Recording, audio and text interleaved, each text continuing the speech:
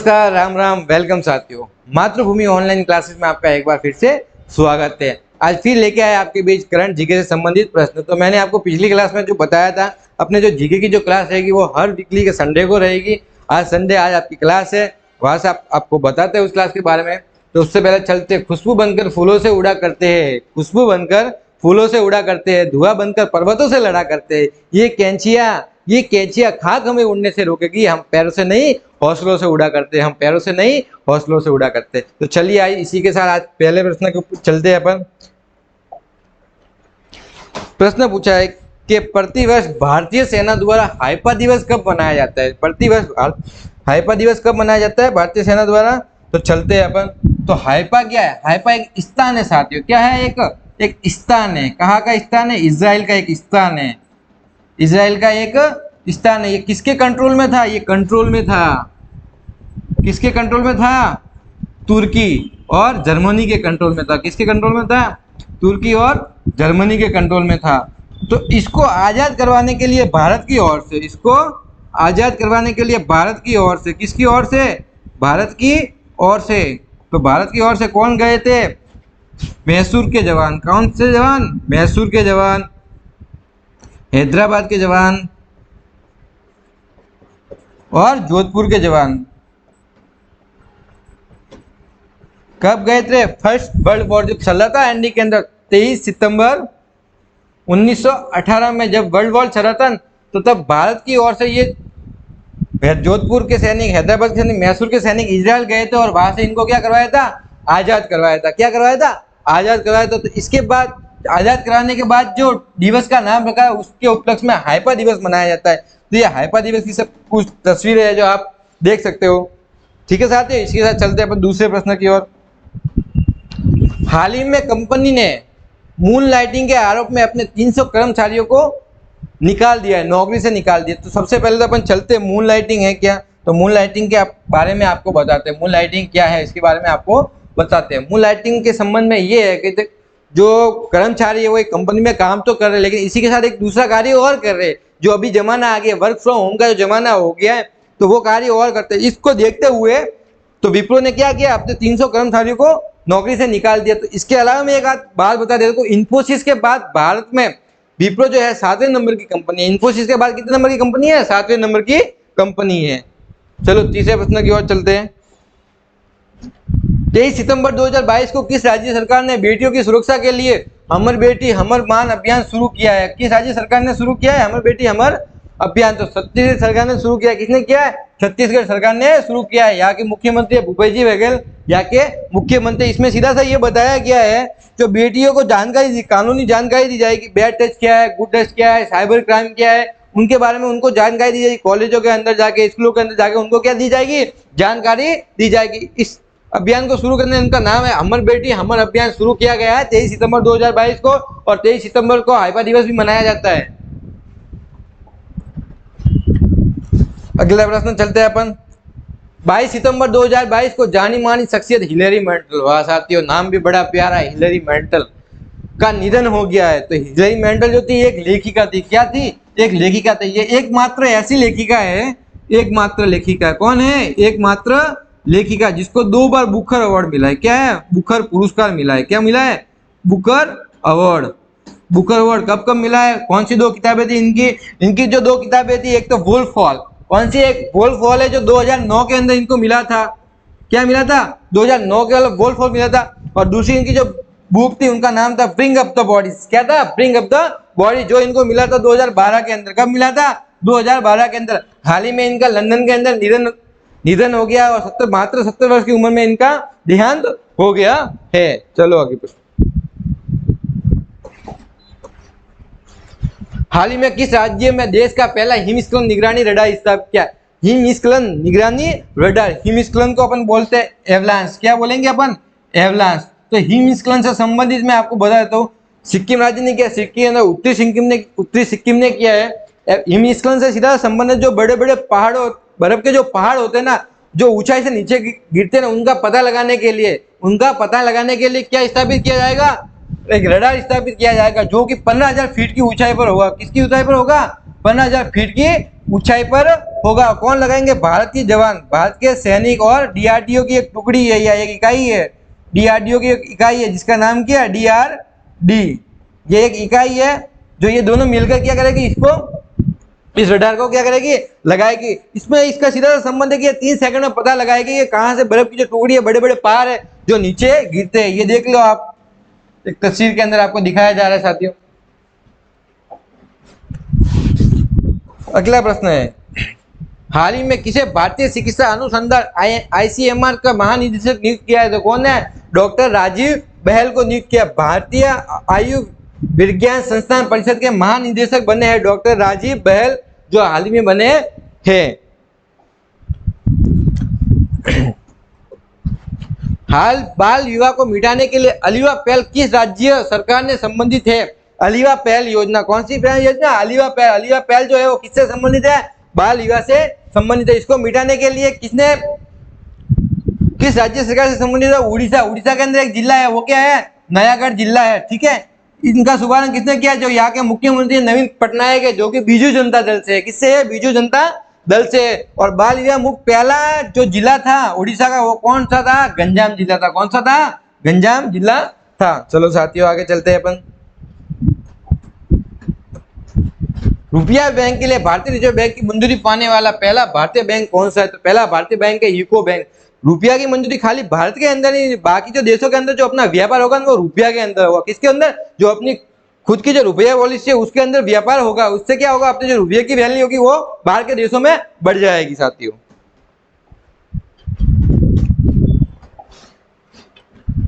बाईस सितंबर 2022 को जारी वैश्विक वित्तीय केंद्र, यहाँ पे मिसप्रिंट हो गई है वैश्विक अवार्ड, ठीक है साथियों। वैश्विक वित्तीय केंद्र सूचकांक 32 जीएफसीआई 32 में कौन शीर्ष पर रहा है? तो न्यूयॉर्क शीर्ष पर रहा है। कौन शीर्ष पर रहा है? न्यूयॉर्क शीर्ष पर रहा है। इसमें सेकंड नंबर पे है लंदन। कितने? सेकंड नंबर पे लंदन है। और भारत की बात की जाए तो 68 और 70 नंबर पे, 68 पे तो है अपने न्यू दिल्ली, दिल्ली बोल सकते हैं अपन। 68 पे कौन सा है? दिल्ली। और 70 नंबर पे कौन सा है? मुंबई। अगर बात की जाए न्यूयॉर्क, न्यूयॉर्क का जो न्यूयॉर्क में जो यूनो है ना, यूनो का मुख्यालय कहाँ है? न्यूयॉर्क के अंदर है। और 24 अक्टूबर 1950 को इसकी स्थापना की थी। और कहाँ की गई थी? हडसन नदी के तट पर या हडसन नदी के किनारे पर यह स्थित है। कौन सा स्थित है? न्यूयॉर्क जो है यूनो का मुख्यालय। चलते हैं इसी के साथ अपनी अगली बात, लल्लन टॉप बात के विश्व शांति दिवस। विश्व शांति दिवस 31 सितंबर को मनाया जाता है। कब मनाया जाता है? 31 सितंबर को मनाया जाता है। ऑपरेशन गंगा, ऑपरेशन गंगा की बात की जाए तो यूक्रेन के अंदर जो भारतीय फंसे ना, उन भारतीयों को वहां से निकालने के लिए यह ऑपरेशन चलाया गया था। क्या नाम था? ऑपरेशन गंगा। इसी के साथ बात की जाए कि ऑपरेशन देव शक्ति, क्या ऑपरेशन देव शक्ति की बात की जाए तो ऑपरेशन देव शक्ति अफगानिस्तान में जो लोग फंसे थे, वो भारतीय फंसे, उन भारतीयों को वहां से निकालने के लिए ऑपरेशन देव शक्ति का चलाया गया था। टिस्को की स्थापना, टिस्को की स्थापना 1907 में हुई थी। साक्षी जमशेदपुर में हुई थी, झारखंड। टिस्को का टाटा आयरन स्टील कंपनी, कोया कॉर्पोरेशन, कुछ भी बोल देते हैं।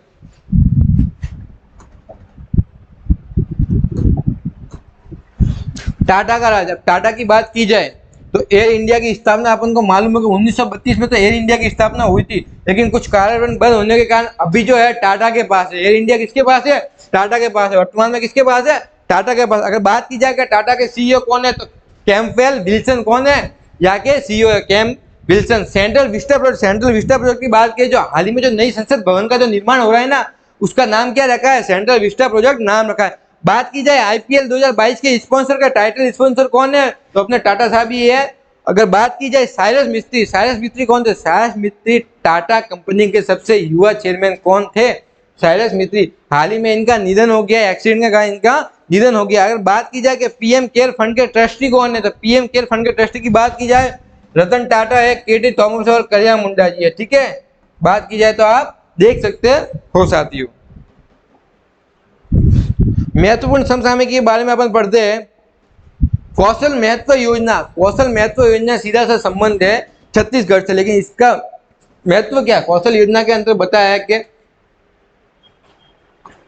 चलो साथियों महत्वपूर्ण समसामयिक के अंदर चलते। कौशल महत्व योजना छत्तीसगढ़ की है। कौशल महत्व योजना छत्तीसगढ़, इसमें बताया गया है कि जो सेकंड संतान होगी ना, उस सेकंड संतान के ऑपरेशन में 5,000 रुपए सरकार की ओर से दिए जाएंगे। कितने हजार रुपए दिए जाएंगे?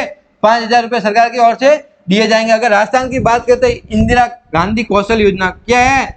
इंदिरा गांधी कौशल योजना या महत्व योजना, ये क्या है? इसके अंदर बताया गया जो सेकंड संतान होगी ना उसको कितने हजार रुपए दिए जाएंगे, 6,000 रुपए दिए जाएंगे। हरेली त्योहार की बात की जाए तो हरेली त्योहार छत्तीसगढ़ से और हरेला बोले तो उत्तराखंड है। अगर बात की जाए हरेली त्योहार तो हरेली त्योहार छत्तीसगढ़ से और हरेला कहाँ है, उत्तराखंड से। गोधन न्याय योजना क्या है, छत्तीसगढ़ से संबंधित है। गोधन न्याय योजना क्या है, इसके अंदर जो गाय का गोबर होगा, गाय का जो मूत्र होगा उसको खरीदा जाएगा। कौन खरीदेगी, छत्तीसगढ़ सरकार। जो गाय का जो गोबर होगा वो 2 रुपए किलो बिकेगा और गाय का जो मूत्र होगा वो कितने 6 रुपए किलो बिकेगा। भारत का नवीनतम टाइगर रिजर्व, भारत का नवीनतम टाइगर रिजर्व 53 में गुरु घासीदास नवीनतम है। कौन सा है, गुरु घासीदास, जो अभी हाल ही में नवीनतम है। इसके अलावा पिछले पीटीआई के एग्जाम में सवाल पूछा था कि रामगढ़ विषधारी टाइगर रिजर्व कहाँ है, रामगढ़ विषधारी टाइगर रिजर्व कहाँ है। तो मैं बता दूं साथियों, बूंदी में है। बूंदी में कौन सा है, यह 52वां और 53वां कौन सा है, गुरु घासीदास नवीनतम। दोनों साथियों याद रखना। अगली बात क्या, भिलाई लोहा इस्पात, भिलाई लोहा से छत्तीसगढ़ के अंदर है। ये सवाल नॉर्मल लेके भिलाई कहाँ है, लोहा इस्पात छत्तीसगढ़ में। लेकिन ये एग्जाम में पूछा जाता है ये किसकी संस्था से बना या किसकी योजना के अनुसार बना या किसकी सहायता से बना। तो किसकी सहायता से बना है, सोवियत संघ की सहायता से बना है और दूसरी पंचवर्षीय की योजना के अंदर बना है। कब बना है, दूसरी पंचवर्षीय योजना के अंदर बना है या स्थापित किया गया है। इसका चलते निर्वाचन, सबको पता है कि अपने 15वें राष्ट्रपति कौन है, श्रीमती द्रौपदी मुर्मू है। कौन है, श्रीमती द्रौपदी मुर्मू है। ईशन सिन्हा को हरा के आई है और इनको शपथ कौन दिलाता है, इनको शपथ चीफ जस्टिस ऑफ इंडिया कौन है, अभी हाल में यूयू ललित जी है। और इनके पहले कौन थे, एन वी रमन्ना सर थे। कौन थे, एन वी रमन्ना सर थे, चीफ जस्टिस ऑफ इंडिया। इसके पहले पूर्व कौन थे, एन वी रमन्ना सर थे। ठीक है, बात की जाए कि जो राष्ट्रपति की जो शपथ होती है वो कौन से आर्टिकल में होती है। राष्ट्रपति की शपथ जो होती है वो 60 आर्टिकल में होती है। राष्ट्रपति का जो कार्यकाल होता है क्या से क्या होता है, तो बता दें कि जो अनुच्छेद होता है अनुच्छेद 52 से 62 की ओर होता है। क्या, अनुच्छेद 52 से 62 की ओर होता है। और पहली महिला बोला जाएगा, पहली महिला राष्ट्रपति कौन थे, तो श्रीमती प्रतिभा पाटिल जी, जो 12वीं महिला राष्ट्रपति थी और ऐसी एकमात्र महिला जो पहली महिला राष्ट्रपति थी। 25 जुलाई 2007 को यह बनी थी। अगर बात की जाए कि राष्ट्रपति के बारे में, तो राष्ट्रपति का जो पद होता है वो आर्टिकल 52 के अंदर आता है। उनका जो कार्य होता है वो 53 के अंदर आता है। नियुक्ति निर्वाचन के अंदर जो निषेचक मंडल होता है 54 के अंदर, प्रक्रिया जो होती है 55 के अंदर आता है। उनका कार्यकाल जो होता है आर्टिकल 56 के अंदर, पूर्ण कार्यकाल 57 के अंदर आता है। उनकी जो योग्यता होती है 58 के अंदर, सर 59 और शपथ की बात की जाए तो 60 के अंदर है। सिर्फ शपथ का पूछा जाए एग्जाम के अंदर, शपथ का पूछा, लेकिन उसके अलावा मैंने सब आपको बता दिया क्या उसका महाभियोग 68 के, कार्यकाल जो पूर्ण चुनाव है वो 62 के अंदर है। ओके साथियों, अगला प्रश्न लेते हैं अपन, 16वें क्रम के उपराष्ट्रपति कौन है। चलते हैं 16वें क्रम के उपराष्ट्रपति। 16वें क्रम के उपराष्ट्रपति कौन है, जगदीश धनखड़ जी है। कौन है, जगदीश धनखड़ जी। इन्होंने किनको हराया, मार्गरेट आल्वा को ये हरा कर क्या है 16वें क्रम के उपराष्ट्रपति बने हैं। 16वें क्रम के उपराष्ट्रपति कौन है, जगदीश धनखड़ जी है। इनको हराकर बने ये मार्गरेट आल्वा को, किसको, मार्गरेट आल्वा को ये हराकर बने हैं। अगर बात की जाए तो सबसे पहले उपराष्ट्रपति की बात की जाए तो कौन थे, सुकुन कुमार जी। इनका कार्यकाल 21 मई 1950 से 19 दिसंबर 1958 तक था। अगर बात की जाए कि ये 16वें क्रम के, अगर बात की जाए व्यक्तिगत क्रम से बात की जाए तो ये 14वें राष्ट्रपति है। कौन से, व्यक्तिगत क्रम से अगर बात की जाए तो 14वें स्थान के राष्ट्रपति है, व्यक्तिगत क्रम से। ठीक है साथियों, मुख्य निर्वाचन आयुक्त कौन है, मुख्य निर्वाचन आयुक्त राजीव कुमार जी है, जो हाल ही में बने हैं। नीति आयोग के उपाध्यक्ष कौन है, सुमन बेरी है। कौन है, सुमन बेरी जी। और वर्तमान में इनके सीईओ कौन है, परमेश्वर जी अय्यर इनके सीए है। और केंद्रीय सतर्कता आयुक्त इनके कौन है, तो सूरज जी पटेल। अगर एग्जाम में ये तो नॉर्मल चीज है, एग्जाम में ये पूछा जाता है कि ये किसकी सिफारिश पर बने हैं, कब बने हैं। ठीक है, तो पूछा जाए तो संथानम समिति की सिफारिश पर इनका क्या, उनकी स्थापना हुई थी। किसकी समिति पर, संतानम समिति की सिफारिश पर इनकी क्या हुई थी, स्थापना हुई थी। पांग लपसोल त्योहार सिक्किम से संबंधित है। पांग लपसोल त्योहार का सीधा सा संबंध है जो कंचनजंगा की जो पहाड़ियां होती है उन पहाड़ियों के पर्वतों के सम्मान के लिए जो त्योहार मनाया जाता है वो कौन सा त्योहार है, अपने पांग लपसोल त्योहार है। अगर बात की जाए लोसांग फेस्टिवल की बात की जाए तो ये किससे संबंधित है, अपने सिक्किम से संबंधित है। अगर बात की जाए नथुला दर्रा किससे संबंधित है, सिक्किम से संबंधित है। किससे संबंधित है, ये भी सिक्किम से। अगर पैका विद्रोह की बात की जाए, पैका विद्रोह नहीं है, ये पाइका विद्रोह है साथियों। क्या है, पाइका विद्रोह किससे संबंधित है, ये उड़ीसा से संबंधित है। ब्लैक पेगोडा सूर्य मंदिर है उड़ीसा के अंदर जो कोणार्क जिला है उसके सूर्य मंदिर को क्या नाम से बोला गया? ब्लैक पैगोडा के नाम से कहा गया। सती प्रथा का 1829 के अंदर हुआ था। विलियम बैटिंग के प्रयास, लॉर्ड विलियम बैटिंग, उसके साथ कौन थे? राजा राम मोहन राय के जो प्रयास थे उनके प्रयासों से हुआ था। ये दास प्रथा है। दास प्रथा का अंत कब हुआ? दास प्रथा का अंत 1843 के अंदर हुआ था। एलन ब्रो, जब इंडिया के जो गवर्नर जनरल थे ना एलन ब्रो, उनके प्रयासों से हुआ था। ठीक है साथियों, अगला प्रश्न लेते हैं अपन की बात की जाए। अश्विनी चक्रवात जो है श्रीलंका ने इसका नामकरण रखा था। किसने दिया था? श्रीलंका ने इसका क्या दिया था? नाम दिया था। ये बंगाल की खाड़ी में आया था और इसने किसको प्रभावित किया था? ओडिशा को क्या किया था इसने? प्रभावित किया था। ओडिशा को क्या किया था इसने? प्रभावित किया था। जीवा कार्यक्रम की बात की जाए तो किसके द्वारा चालू किया गया था? नाबार्ड के द्वारा इसको क्या किया गया था?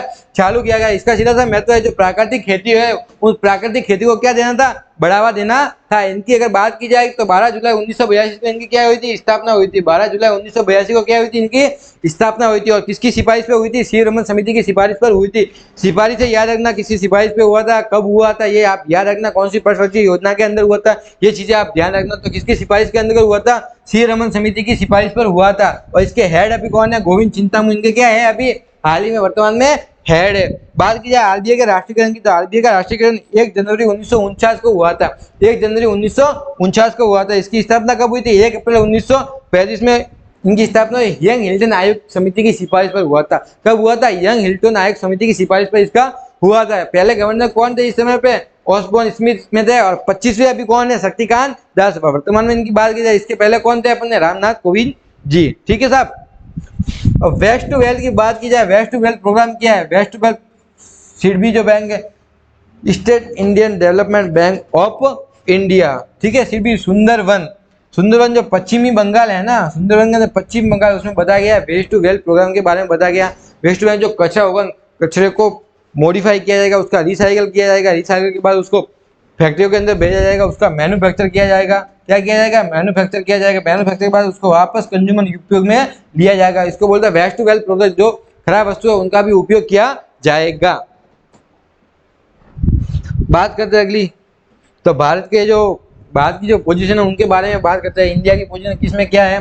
बात की जाए तो 132 एचडीबी मानव विकास सूचकांक को अपन इंग्लिश में बोलते हैं इंडेक्स। बात कर ले तो इंडेक्स क्या बोलते हैं अपन? इंडेक्स बोलते हैं, ह्यूमन डेवलपमेंट इंडेक्स। 135 में क्या है? शांति सूचकांक। कौन सा? शांति सूचकांक। 136 की बात करें तो खुशहाली सूचकांक। 150 में नंबर कौन है? प्रेस फ्रीडम सूचकांक। 180 में कौन सा? पर्यावरण प्रदर्शन सूचकांक। 43 कौन सा? आईपी बौद्धिक संपदा सूचकांक। तीसरे नंबर पे वायु शक्ति सूचकांक में तीसरे नंबर पर है। और 101 नंबर पे कौन सा है? भूखमरी सूचकांक। कौन सा है? भूखमरी सूचकांक। बात की जाए प्रमुख युद्धाभ्यास, उदार शक्ति, प्रमुख युद्धाभ्यास किन किन के बीच में ये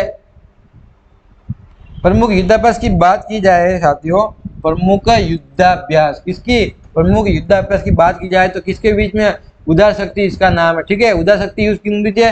भारत व मलेशिया के बीच में हुआ है। और सीट मैक्स, ये मैक्स है। सीट मैक्स की बात की जाए तो सिंगापुर, भारत और थाईलैंड के बीच है। अगर सिम्बैक्स की बात की जाए तो खाली सिंगापुर और भारत के अंदर। सीट मैक्स की बात की जाए तो सिंगापुर, भारत और थाईलैंड के बीच है। अगर सिम्बैक्स की बात की जाए तो सिंगापुर व भारत के बीच है। कांजित भी है। ये कांजित किसके? भारत व कजाकिस्तान के बीच है। हैंड इन हैंड जो है युद्धाभ्यास वो किनके बीच है? भारत व चीन के बीच है। Hand to hand. और सूर्य किरण की बात की जाए तो सूर्य किरण किसने? भारत व नेपाल के बीच में सूर्य किरण है। मालाबार की बात की जाए तो भारत, जापान, ऑस्ट्रेलिया व यूएसए, ये 4 देश मिलकर क्या करेंगे? इसका युद्धाभ्यास किया मालाबार का। गरुड़ शक्ति की बात की जाए या समुद्र शक्ति की बात की जाए और भारत इंडोनेशिया के बीच में गरुड़ शक्ति और समुद्र शक्ति की बात की जाए तो किसके? भारत व इंडोनेशिया के। अगर उदार शक्ति की बात की जाए तो भारत व मलेशिया के बीच में। खाली उदार शक्ति की बात की जाए तो किसके बीच में? भारत व मलेशिया के बीच में है। और मित्र शक्ति की बात की जाए तो भारत व श्रीलंका के बीच में क्या है? अपने मित्र शक्ति है। ठीक है साथियों, 30 सितंबर से 2 अक्टूबर तक पर्यटन पर्व 2022 महोत्सव का आयोजन कहाँ किया गया है? 30 सितंबर से 2 अक्टूबर तक पर्यटन पर्व 2022 पर्यटन महोत्सव का आयोजन कहाँ किया जाएगा? तो कहाँ किया जाएगा साथियों? पर्यटन दिवस कहाँ किया जाएगा? मुंबई के अंदर। वापस चलते हैं। 30 सितंबर से 2 अक्टूबर तक पर्यटन पर्व 2022 पर्यटन महोत्सव का आयोजन कहाँ किया जाएगा? कहाँ किया जाएगा? मुंबई के अंदर किया जाएगा। कहाँ पे किया जाएगा? मुंबई के अंदर किया जाएगा। कौन करेंगे? सीएम जो है एकनाथ शिंदे जी। कौन है? नाथों के नाथ एकनाथ शिंदे जी, अपने एकनाथ शिंदे जी। और इनके साथ में कौन है? जी किशन जी। कौन है? जी किशन जी, जो कि कौन है? संस्कृति मंत्री है। कौन है? अपने संस्कृति मंत्री है जी किशन जी। ठीक है, सीएम वगैरह मिलके ये कार्य शुरू किया है अपने पर्व का त्योहार। और ये कहाँ पे किया जाएगा? छत्रपति शिवाजी। कहाँ पे? छत्रपति शिवाजी महाराज, छत्रपति शिवाजी महाराज वास्तु संग्रहालय। कहाँ पे किया जाएगा? छत्रपति शिवाजी महाराज वास्तु संग्रहालय। कहाँ पे किया जाएगा? छत्रपति शिवाजी महाराज वास्तु संग्रहालय के अंदर क्या किया जाएगा? इसका पर्व का उद्घाटन या महोत्सव किया जाएगा। बात की जाए 28 सितंबर 2022 को किसे भारत का महान न्यायवादी अटॉर्नी जनरल, क्या है? महान न्यायवादी अटॉर्नी जनरल नियुक्त किया गया है। तो किसको किया गया? आर वेंकटी रमन को। किसको किया गया है? आर वेंकटी रमन। आर वेंकटी रमन है। हाल ही में किसकी संबंधता क्रिस्टोफर इंटरनेशनल स्पेस स्टेशन की कमान संभालने वाली पहली यूरोपियन महिला बन गई है? कहाँ की बन गई है? इटली। अगर बात की जाए तो यह पहली गैर अमेरिकन महिला है। कौन है? पहली गैर अमेरिकन महिला है जो इंटरनेशनल स्पेस स्टेशन की क्या है? कमान संभालने वाली है। इससे पहले की सारी अमेरिकन महिलाएं थी। कहाँ की थी? सारी अमेरिकन महिलाएं थी। और अगर इनकी बात की जाए, इनकी स्थापना की बात की जाए तो 1988 के अंदर इनकी क्या हुई थी? स्थापना हुई थी। और किनके बीच हुई थी? यूएसए। किसने की थी? यूएसए ने।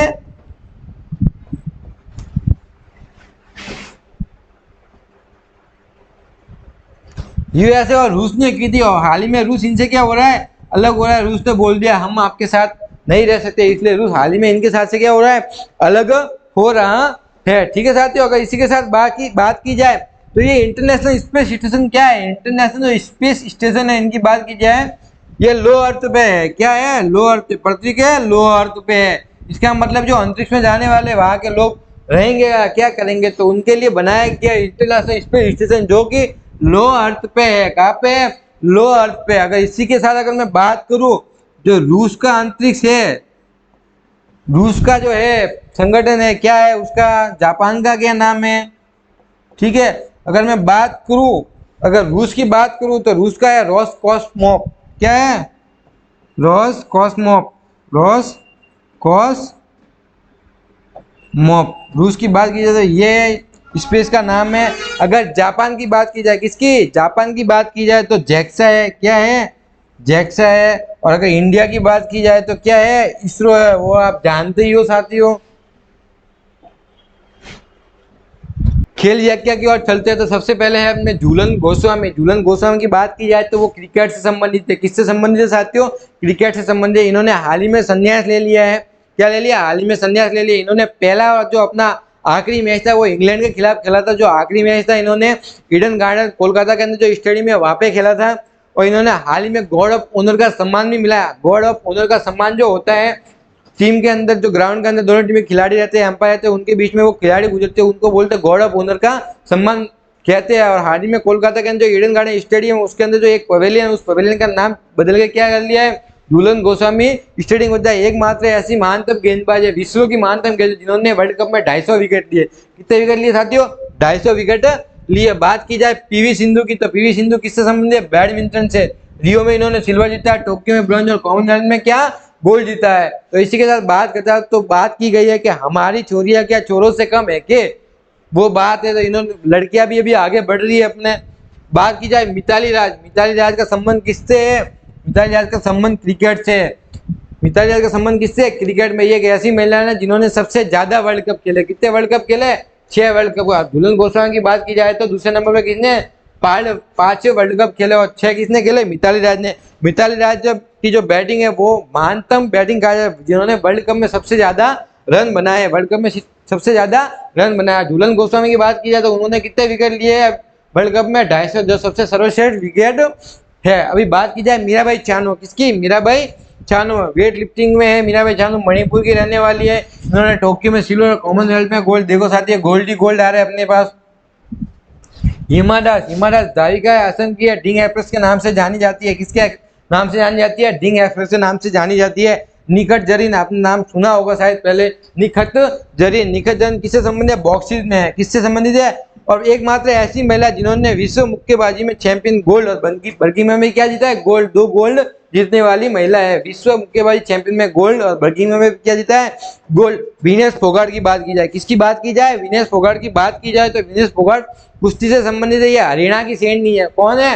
हरियाणा की शेरनी है। विश्व कुश्ती चैंपियनशिप में ब्रॉन्ज जीता है और एकमात्र महिला विश्व चैंपियनशिप में 2 पदक जीतने वाली एकमात्र महिला है। विश्व चैंपियनशिप में जीतने वाली कौन सी है? एकमात्र महिला है जो दोनों 2 पदक जीते। अगर बात की जाए पुरुष टीम के मिताली राज की बात की जाए तो पुरुष टीम के मिताली राज कौन है? पुरुष टीम के मिताली राज सचिन तेंदुलकर। कौन है?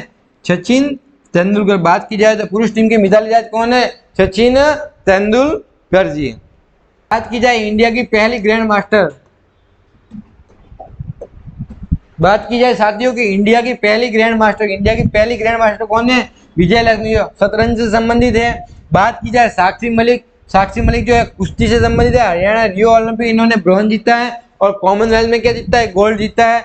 देखो गोल्ड आ रहा है। अगर पीटी उषा की बात की जाए तो ये धाविका इंडिया की उड़न परी के नाम से जानी जाती है, जिसको बोलते हैं द गोल्डन गर्ल। राज्यसभा के अंदर इनका नॉमिनेशन हुआ है। राज्यसभा के अंदर क्या हुआ है? इनका नॉमिनेशन हुआ है। क्या हुआ है? नॉमिनेशन से मैं बता दूं, जो राज्यसभा में जो सीटें होती है ना अपने, कितनी प्रेसिडेंट की जो 12 सीटें होती है, 12 सीटों में से 1 सीट इनको मिल रही। कितनी?